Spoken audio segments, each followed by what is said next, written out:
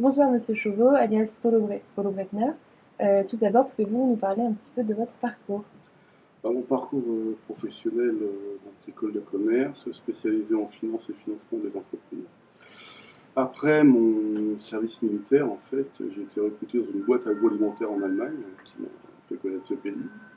Et par la suite, j'ai été récupéré par Peugeot Citroën, où je suis devenu au bout de quelques années, notamment via leur filiale Jeffco. Je suis devenu le spécialiste des dossiers spécifiques de ce groupe, avec, en restructurant des entreprises à l'étranger, notamment en Allemagne pendant plusieurs années, mais aussi les pays de l'Est, la Russie. J'ai aussi passé un an en Égypte.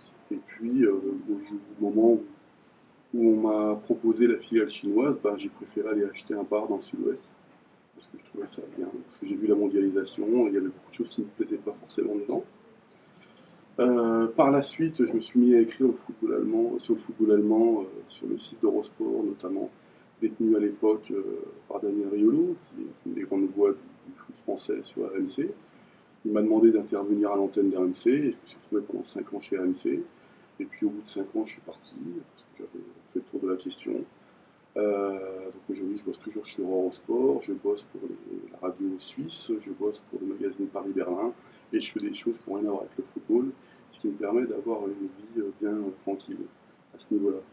Quels sont selon vous les avantages du modèle allemand dans le football?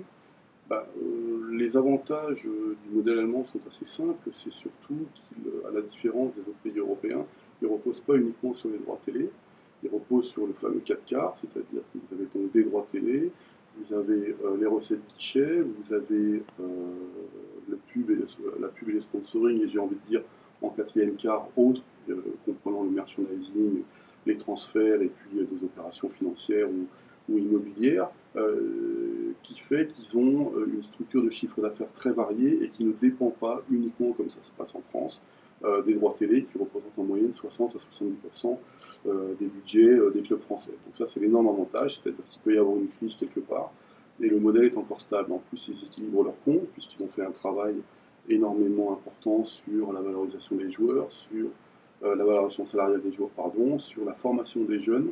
La Bundesliga a quand même gagné, a réduit sa moyenne d'âge de 5 ans en 10 ans, ce qui, en une décennie, ce qui est extraordinaire, enfin, violent en plus. Et à ce niveau-là, c'est évidemment ce qui ressort, c'est-à-dire que c'est le seul modèle aujourd'hui viable sportivement, mais aussi viable économiquement. Ça n'existe pas, nulle part en Europe. Mon avis sur l'attribution du Ballon d'Or? Le sport est le football pardon, est un sport collectif.